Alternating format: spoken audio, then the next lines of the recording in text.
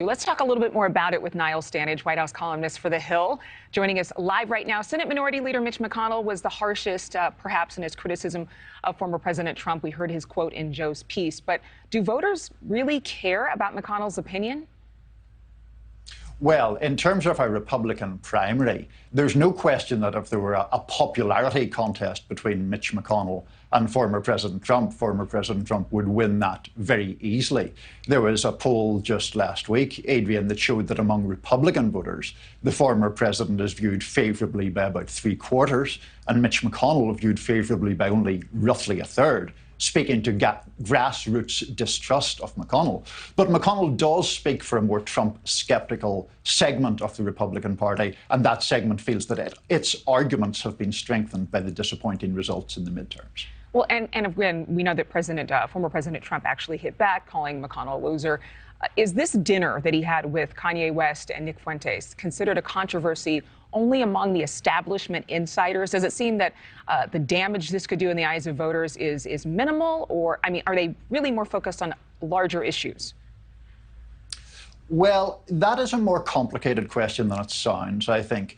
There are a number of people in this country, many millions of them, who will be with former President Trump come hell or high water, just as there are millions of people who detest him and will never vote for him. The point is, what does it do to people in the middle? Yes, some of those people will be focused on broader issues, but there are some who I think will recoil from this. This is the former President of the United States having dinner with two people who have made anti-Semitic statements, blatantly anti-Semitic statements. That is a problem. I'm not saying it changes everything at a stroke, but it adds to the accumulation of controversies that the former president has been involved in. Yeah, and obviously these are big names who are speaking out. In an exclusive interview on NewsNation, former Vice President Mike Pence was the first senior member of the Republican Party to really call out Mr. Trump. Watch. President Trump was wrong to give a white nationalist, an anti-Semite, and a Holocaust denier a seat at the table. And I think he should apologize for it, and he should denounce those individuals and their hateful rhetoric without qualification. To call his old boss wrong, further distancing himself from the former president. He's positioning himself for a potential presidential run, though that hasn't been confirmed. Do you see this particular instance having any effect on the 2024 race, or is this so far in the rearview mirror by that time that this will not have any impact? I don't expect, Adrienne, that in about 14 months' time or so, when people are going to caucuses in Iowa or primaries in New Hampshire, that they'll be voting on this controversy.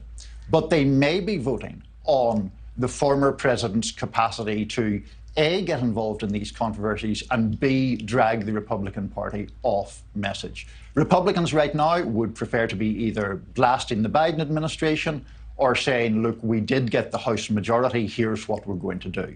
There is no gain or benefit to the Republican Party in talking about Mr. Trump having dinner with anti-Semites, and he has created that situation. I think that is the problem, and that is the trend of the dynamic that could have an effect in the primary. And it's the current discourse, but soon to be eclipsed by another controversy, no doubt.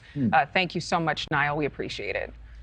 Thank you for watching. Go to newsnationnow.com to find NewsNation on your television provider. And don't forget to click the red subscribe button below to get more of NewsNation's fact-driven, unbiased coverage.